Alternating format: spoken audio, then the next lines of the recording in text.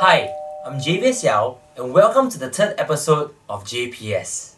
Today, I'm going to share with you some points on the three commonly used documents, the LOI, TA, and inventory lease when leasing a property.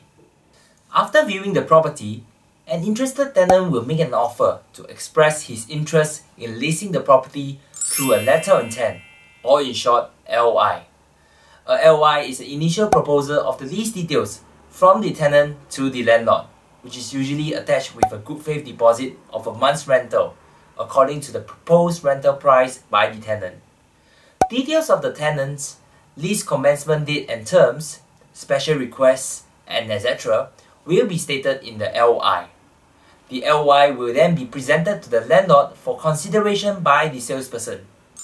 Do take note that a LOI is an initial expression of interest from the tenant to the landlord and should not be taken as a confirmation of a successful deal. If the landlord accepts all the terms stated in the LOI, he or she who are the rightful owner of the property will sign on it and accept the good faith deposit given by the tenant.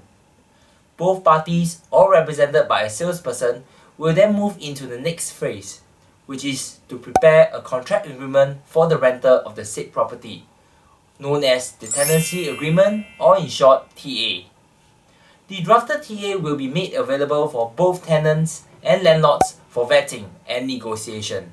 If both parties agree to the terms of the TA, it will be signed and the tenant shall give the landlord an initial rental of the first month and any outstanding good faith deposit.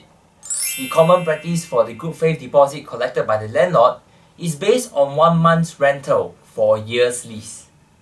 This good faith deposit varies according to the duration of lease. Prior to handover, the landlord's salesperson is usually the one who prepares an inventory lease for the property. An inventory lease records all the fixtures, furnishings, and items that are found in the property, which is used as a documented proof to facilitate the handing over at the start and at the end of a lease.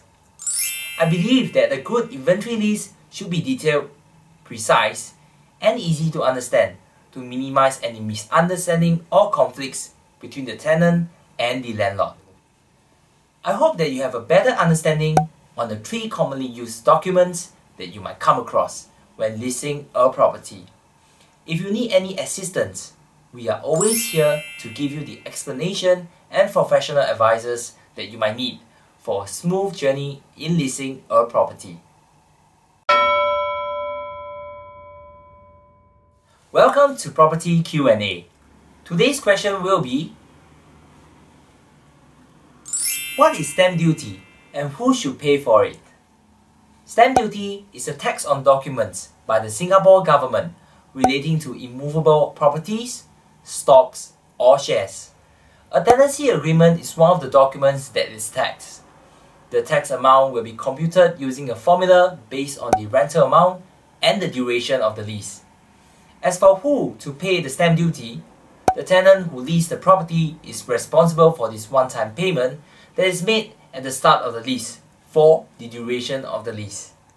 Thank you for watching the third episode of J.P.S. I hope you like what I've shared today in this episode. Do subscribe to our channel and like our Facebook page for more updates. I'm Javier Seow and goodbye.